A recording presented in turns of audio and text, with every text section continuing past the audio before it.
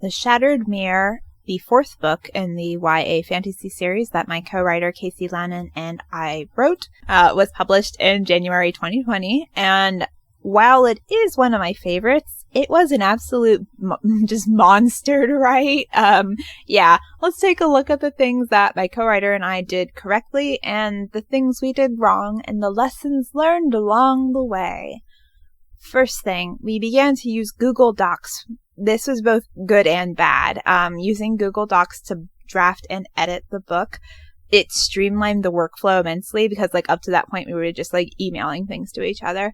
However, I did notice that with the ability to just have a shared manuscript like that, like I was beginning to like not polish my first drafts as much. I don't know why, and I don't think that Casey necessarily has this problem, but I just remember that I would really clean up chapters that I had emailed to Casey with the first few books. So like not as much editing was needed. So that like changed with this book. Things were just kind of rougher. I just didn't review and polish things. I don't know, just something about Google Docs just doesn't really make me inclined to do this. I think it's because I'm not as comfortable writing in it. I don't know. Given that we had more content edits to do in this book than like previous ones, like it kind of worked out because like I would have been doing a bunch of little edits that like got removed. So yeah. So the second thing that stood out from writing this book is, oh my goodness, we tried to pants it, and this was a terrible idea. So pantsing a book means you're writing from the seat of your pants. You do minimal pre-outlining, like sometimes not much at all. We did have an outline. It's almost a requirement to have an outline when you're co-writing, but like it was just far less developed than the ones that we had used previously. Also, like, we did use the beliefs method again, in which we, like, chart out which characters believe what, when, how, etc., how that changes, and so on. But, like, the beliefs method chart that we used, it just was not as well developed as it was for the previous two books that we had written before this one, where we used that method. So, yeah, after writing 3 books, we're like, this is our 4th book. We know what we're doing. We can handle winging it some. It'll be fine. No. It was not fine. Not doing enough prep work for this book made it so much more frustrating than it should have been. I think like almost every single time that Casey and I have said, we'll figure it out later. It'll be fine. Like, we've always regretted it.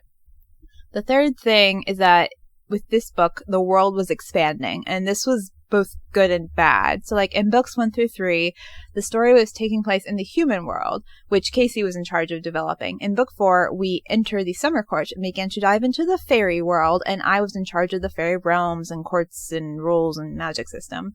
So, like, to me, the summer court was this chaotic, lively, intense, kind of trippy space.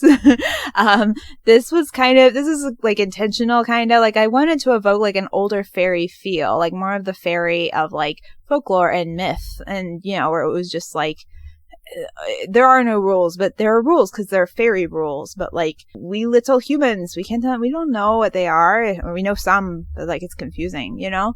And yeah, I will say I was also like heavily inspired by Tolkien, but like I wasn't aiming for quite the same vibe he was. Like Tolkien's approach to fairy via his elves was like a busy road with several intersections where like the drivers are more or less following the traffic laws and pay attention to the stoplights.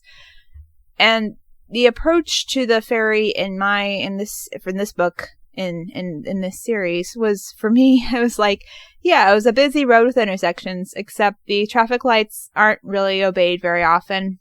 Some of the laws are just traffic laws of the road are just completely ignored, and also there are jaywalkers. However, some rules are being followed very strictly, but if you're an outsider, like, you would have a very hard time identifying what those rules are, and you might get run over or killed before you can figure it out. So yeah, so while the fairies ultimately did become less chaotic as we were working on this book, because like I needed the human characters to not die, having this like chaos inspired approach was fun, but it didn't really make things easier to write. And yeah, again, I was figuring out as we went along because we were pantsing it, so that was interesting. Again, this isn't like all good or bad, but yeah, it just did not simplify things. So what was the biggest takeaway from the publication process for this book. So, like, in regards to co-writing, I think that, ironically, while me winging it some with the world building was just silly and stressful, the unknown and chaotic, you know, vibe of it all did kind of work out for Casey. Her character, James, is very confused by the fairy world, and he has a lot of trouble adjusting to it. These feelings were easier for her to write because she was also confused by the fairy world and was having trouble figuring out what was going on. Because, again, I was figuring things out as we went along, and she was just kind of hanging on for the ride and probably praying I knew what the heck I was doing. So James, his arc was very, very important to this book. So, like, it's actually really good that, you know, it was easier for her to write well. So, when life gives you lemons, I guess. In regards to, like, just publishing in general, I mentioned this in the very first video of this series, but part of being a good co-writer and also just being a writer in general is the ability to just be able to loosen up and have fun with the process. One way that we did that for this book was, like, as research for the summer court, we went to a production at a university of Midsummer's Night's Dream. It was fantastic. It began, well, even before the play began, I had my purse stolen by a fairy, which just set the tone for the rest of the night. It was fantastic. It had a lovely fairy aesthetic that, like, we were really into, and it was so much fun. Oh, the costuming was really good too. And it actually had, Puck was played by a dude, which is so rare. In my experience, Puck is usually played by a woman, and no real preference either way, but it's just exciting whenever you can see a guy nail it. And he was really cute, so. Anyways, while I didn't have everything pegged down for the summer court, obviously, even after seeing the play, seeing it did help the both of us, Casey and me, like, it helped us agree on a overall mood and approach for, like, the Saleys and the summer court, and, you know, of course, Titania and Oberon, the world's greatest couple ever.